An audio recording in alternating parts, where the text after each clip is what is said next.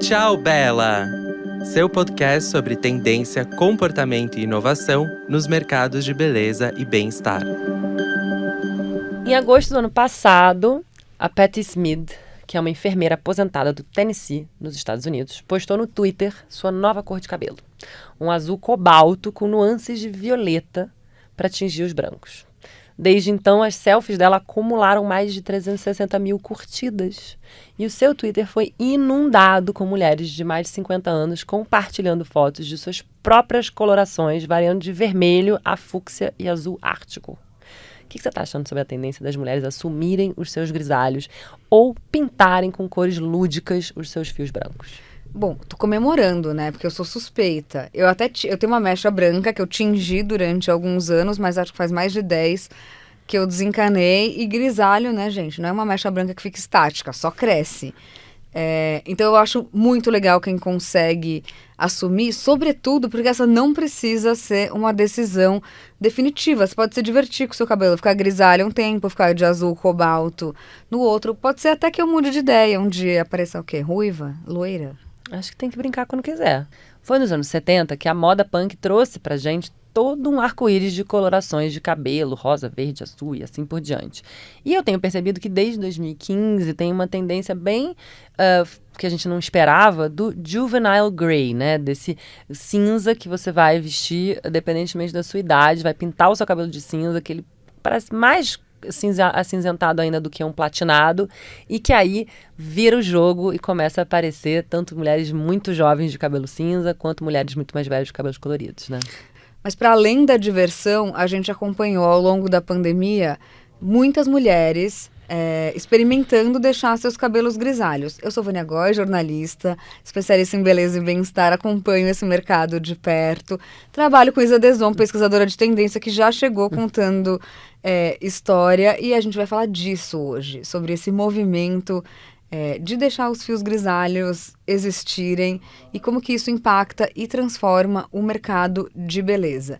Só para a gente ter uma ideia, em 2020, o Year in Search, que é um relatório anual que o Google faz, apontou que com o início da pandemia e do isolamento social, os cuidados com a pele e com cortes de cabelo para fazer em casa dominaram as pesquisas de beleza. Quem não foi procurar um tutorial, né, para resolver alguma coisa que fazia no salão. Para muita gente, isso significa uma oportunidade de colocar em prática o desejo de fazer alguma mudança mais dramática, sem necessariamente ter que contar com olhos julgadores, né, fora de casa.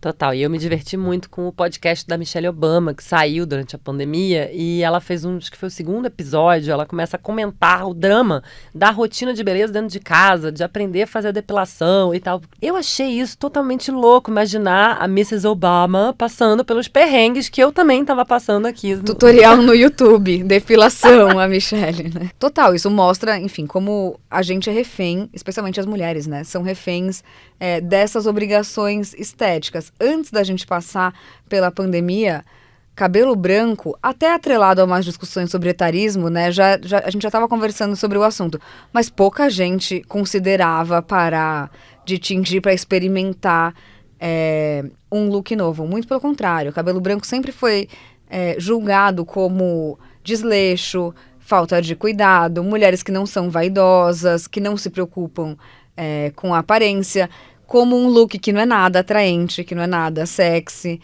Enfim, tudo uma grande ladainha. A gente aqui acredita que cada um tem que fazer o que quiser, experimentar o que puder, mudar de ideia, inclusive, se quiser, desde que fique feliz quando se olha no espelho. Assim como é comum a gente fazer cortes de cabelo diferentes, experimentar colorações diferentes também é uma possibilidade. Aí não precisa ser sempre loiro ou ruivo, pode ser preto total, né? E a prova de que a gente está finalmente em direção a um lugar onde a gente vai normalizar a vontade de fazer o que a gente bem entende com o nosso cabelo é o volume que a tendência está atingindo nas redes sociais. No Instagram, a busca por #cabelo branco gera mais de 60 mil resultados. Além disso, no Facebook existem dezenas de grupos com milhares de mulheres trocando dicas e inspirações para assumirem os cabelos grisalhos. Agora, a gente já saiu do confinamento há um tempo e a gente está num momento que confirma que a tendência meio que pegou de vez, né? Esse, pelo menos, é o ponto de vista da Célia Ellenberg, que é diretora de beleza e bem-estar global da Vogue. E foi uma entrevista que ela fez para o Good Morning America em março desse ano, que ela comenta isso. E eu achei isso impactante, porque a gente está esperando esse momento já tem quase uma década. Quando a gente fica vendo foto de street style, fashionistas europeias, é comum até a gente cruzar com mulheres que assumiram seu cabelo branco, como, por exemplo, a Sarah Harris, que se você não sabe quem é, mas se você já pesquisou cabelo branco, você deve ter cruzado com uma foto dela, porque ela é uma mulher que começou a ter fios brancos muito jovem, e deixou eles lisos e longos, sei lá, quase até a cintura. É uma referência entre quem quer fazer essa transição sem medo, né? E eu achei super interessante, né, a fala do educador master da Davines aqui no Brasil, que é o Rafael Coic, e ele disse isso numa entrevista para a revista Circuito em 2021. Para ele, a Miranda Presley, interpretada por Meryl Streep no Diabo Veste Prada, foi uma das grandes percussoras da tendência branca grisalha no circuito da moda. Na época ainda bem jovem, Miranda, né? Ou Meryl. Uhum.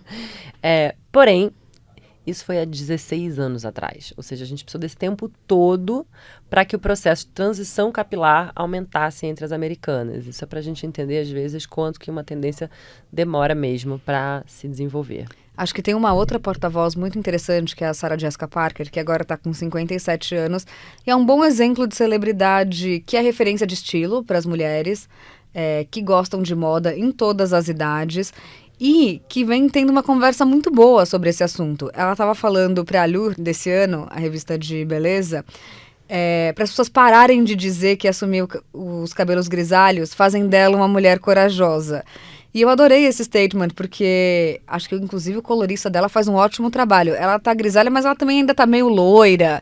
Enfim, ela é um bom exemplo de transição, mas que não necessariamente quer ficar falando desse assunto como se fosse algo dramático, né? É só mais uma decisão que ela tomou estética, como tantas outras que ela já fez na vida, né? Me aguardem, essa coisa de misturar o fio louro com o fio cinza. É verdade. Tipo, tudo que eu quero. O seu vai ser bem Sarah Jessica, não é que nem o meu, que tem mais contraste. O seu vai ser desse jeito. Tô contando com isso. Bom, aqui no Brasil a gente também tem influenciadoras que levantam essa bandeira, como a Gislaine Pimentel, que tem o Insta @grisalhei e agora. E com ele ela começou a trabalhar como modelo, numa fase que ninguém esperava começar a trabalhar como modelo, porque ela percebeu que o mercado simplesmente não tinha mulheres com o cabelo como o dela. Outra modelo defensora dos fios grisalhos é a Patrícia Reis, que idealizou um movimento, que chama Movimento Grisalha, e que tem tudo a ver com esse senso de comunidade que a gente vai procurando quando quer mudar alguma coisa e não encontra referência em nenhum lugar, né? Pois é, porque assim, por mais que para nós duas isso soe como um discurso normal, porque tanto eu quanto a Vânia, a gente é filha e neta de mulheres que sempre assumiram a cor real do cabelo delas, na maior parte da vida.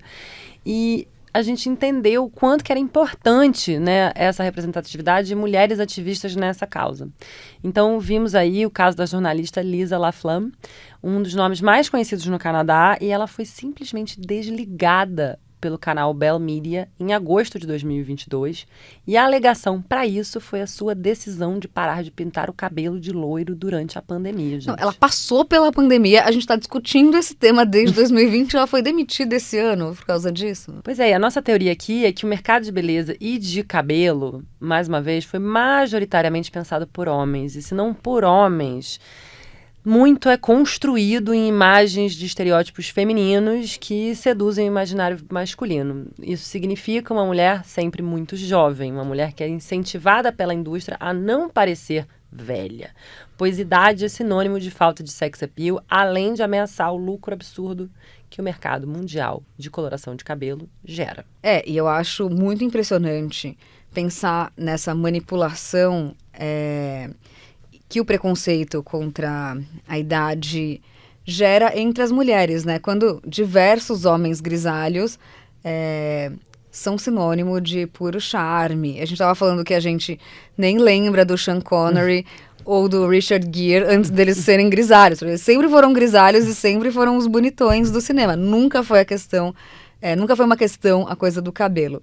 E esse assunto precisa mesmo ser normalizado. Inclusive, se a gente for olhar para dados, a ONU publicou em agosto desse ano um estudo que estima que em 2050, 30% da população no Brasil e em outros 64 países terão mais de 60 anos. Isso significa também uma oportunidade de mercados de diferentes segmentos começarem a prestar mais atenção nesse público, uma vez que esse grupo etário, além de crescente, possui poder aquisitivo para consumir outras coisas, além de tintura de cabelo. Aqui no Brasil, um consumidor 50 a mais nasce a cada 21 segundos. E eles possuem maior poder aquisitivo entre todas as faixas etárias, concentram mais de 70% da riqueza do Brasil e movimentam mais de 2 trilhões por ano, como apontou a matéria da Exame, publicada em agosto desse ano. Na Europa, os números também estão de vento em popa, com previsão de atingir 21 bi em 2022 pela Euromonitor Internacional. Os cuidados com os cabelos continuam sendo uma das categorias de beleza mais valiosas da Europa, no Brasil nem se fala. E a skinificação é um fator chave para o setor, depois a Vânia explica. Ainda de acordo com a Euromonitor Internacional, Alemanha, Reino Unido, França, Rússia e Itália continuam sendo os mercados de cuidados capilares de maior valor na Europa. Explica esse negócio rapidinho de skinificação. Eu acho super interessante a gente pensar que quando talvez se as pessoas decidirem tingir menos o cabelo, isso não significa que elas não estão gastando dinheiro ou estão interessadas em inovação para o cabelo. Porque a nossa vaidade não necessariamente precisa continuar sendo medida pela cor que o cabelo tem. Já passamos dessa fase que era a textura, o liso, assumir os cachos. E acho que agora parte desse processo é não contar com a validação externa a partir da cor do seu cabelo. Skinification é um termo que a gente, inclusive, traduziu, fala que é a skincarização do mundo, porque tudo passou a ser tratado como uma rotina de skincare. Então, você tem sérum para o couro cabeludo, a gente tem suplemento que tem a ver com couro cabeludo, a gente tem máscara, gadgets, tudo para cuidar do cabelo, como, por exemplo, a gente se habituou a fazer nas rotinas de skincare. Então, agora bora falar de transição, que eu acho que isso pega aí pra mulherada. Acho que sim. Acho que a gente viu essa fase mais drama de quem estava em casa e deixou o cabelo crescer, mas com a reabertura e com os protocolos ficando mais relaxados durante a pandemia, a gente viu que a volta aos salões também estava condicionada a um desejo das consumidoras por técnicas que dessem conta desse desejo por transição. Isso tem inclusive nome, chama Gray Blending, ou seja, as pessoas continuam tingindo o cabelo.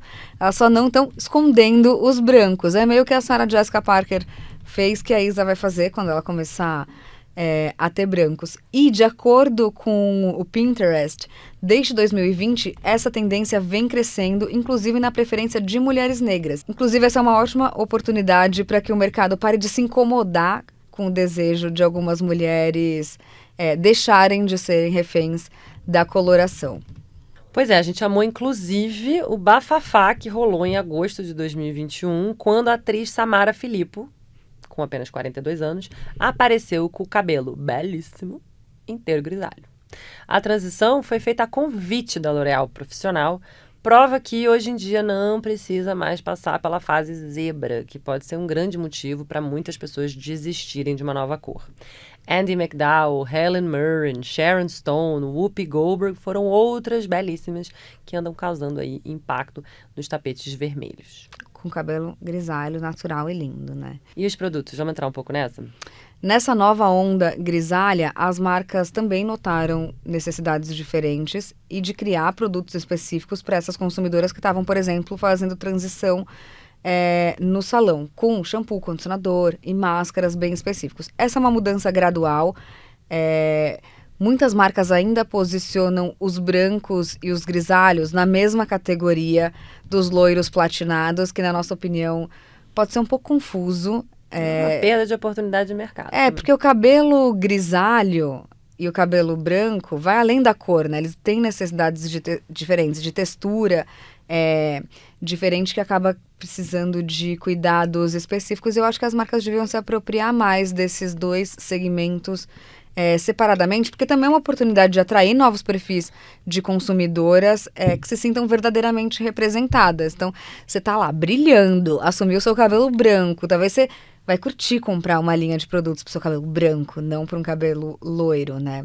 Uma das referências quando o assunto é produto é o shampoo de L'Oréal Silver, que por muito tempo foi a única opção que as mulheres tinham para neutralizar o amarelado, que às vezes o grisalho deixa. Ele é o clássico shampoo roxinho. Hoje a gente encontra variações disso em muitas linhas à venda para as brasileiras, mas acho que alguns gringos e brasileiros despertam nossa atenção pela forma como eles também se comunicam com as consumidoras. Então a gente tem, por exemplo, o Match de Boticário, que promete efeito anti-idade.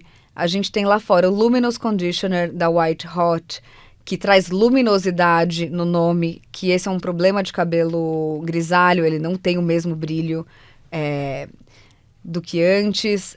A gente tem Kevin Murphy, que também tem uma proposta de condicionador que está ligada à prevenção, para que os fios não fiquem quebradiços, pesados e sem vida. A gente tem Natura Lumina aqui no Brasil, que tem uma ampolinha que neutraliza tons amarelados e também ajuda a fortalecer o fio. Então, acho que também, além do aspecto desamarelador, que está muito ligado às linhas de loiro, tem outras coisas que as grisalhas querem, que é esse, talvez, controle de frizz, tirar o aspecto pesado, deixar mais luminoso, né? Até porque é um novo cabelo, é como se de repente Total. um cabelo completamente diferente aparecesse na sua cabeça, misturado com aquele que você já conhece e já talvez aprendeu a dominar ao longo do tempo. E aí, para trazer algumas opções clean para quem busca esse tipo de produto, para além do exemplo que a Fânia falou da Natura Lumina, a gente pode falar da Lola, que é uma marca vegana, cruelty-free, brasileira, que lançou no ano passado uma linha inteira para brancos e grisalhos e tem uma formulação que conta com um blend de 4 ácidos hialurônicos e fitoceramidas. Mais high-techzinha, a gente tem a Phyto RE30, que estimula a produção de pigmentos naturais. E aí tem um sérum para o couro cabeludo, que é a Vânia que sabe explicar melhor que eu. Acho que os dois mais high-techs que a gente tem à venda no Brasil são o da Phyto e o da Sisley, porque de alguma maneira eles têm um mecanismo de atuação direto no pigmento. O da Phyto estimula que você continue produzindo pigmento, então é como se ele retardasse a chegada dos brancos. E o da Sisley não foi criado especificamente para isso. Ele é um sérum fortalecedor que se aplica no couro cabeludo para que ele cresça, para que os fios cresçam com mais força, com mais volume, com mais densidade. Mas durante um estudo na França, eles também identificaram essa capacidade de retardar o crescimento de brancos. Então, eles são a prevenção, tipo prevenção de ruga, a prevenção dos cabelos brancos são esses dois. Enquanto produtos como esses vão surgindo e mudando a forma como a gente trata do cabelo, a gente também tem visto pesquisas e alguns estudos discutindo a possibilidade de a gente ter medicamentos, comprimidinhos, para induzir a repigmentação do cabelo, né? Isso aí é a pergunta de $1 milhão, né? Quando vai chegar essa pílula? Eu acho que a gente está desatualizada nesse mundo que a gente vive hoje, no mínimo alguns bilhões, né? Segundo um artigo publicado na ResearchGate de 2020, a difusão de repigmentação pode ser induzida por determinados medicamentos. Porém, nenhum dos componentes estudados até agora são recomendados, pelo menos por enquanto, pois as pesquisas ainda não apontam um número relevante de pessoas que conseguiram, de fato, reverter o processo de coloração dos fios do cinza para sua cor original. Há anos eu infernizo a Vânia com a minha teoria de que isso está rolando nos bastidores dos laboratórios de grandes indústrias. Estão finalmente começando agora a divulgar estudos mais concretos e até produtos. Em setembro de 2021, a Universidade McGill, no Canadá, fez um artigo extenso sobre a possibilidade de um novo suplemento à base de vitaminas, minerais e antioxidantes que pode prevenir o crescimento de fios grisalhos. Eu não tenho essa informação de bastidor, tá? Se falar que me inferniza, nunca ninguém me contou que essa pílula tá pronta. Tenho essa teoria, gente. Não, acho que a gente começa a ver marcas que tem um pouco dessas promessas. Então a gente tem a Array, que lançou o Not Today Grey. Esse também é bom.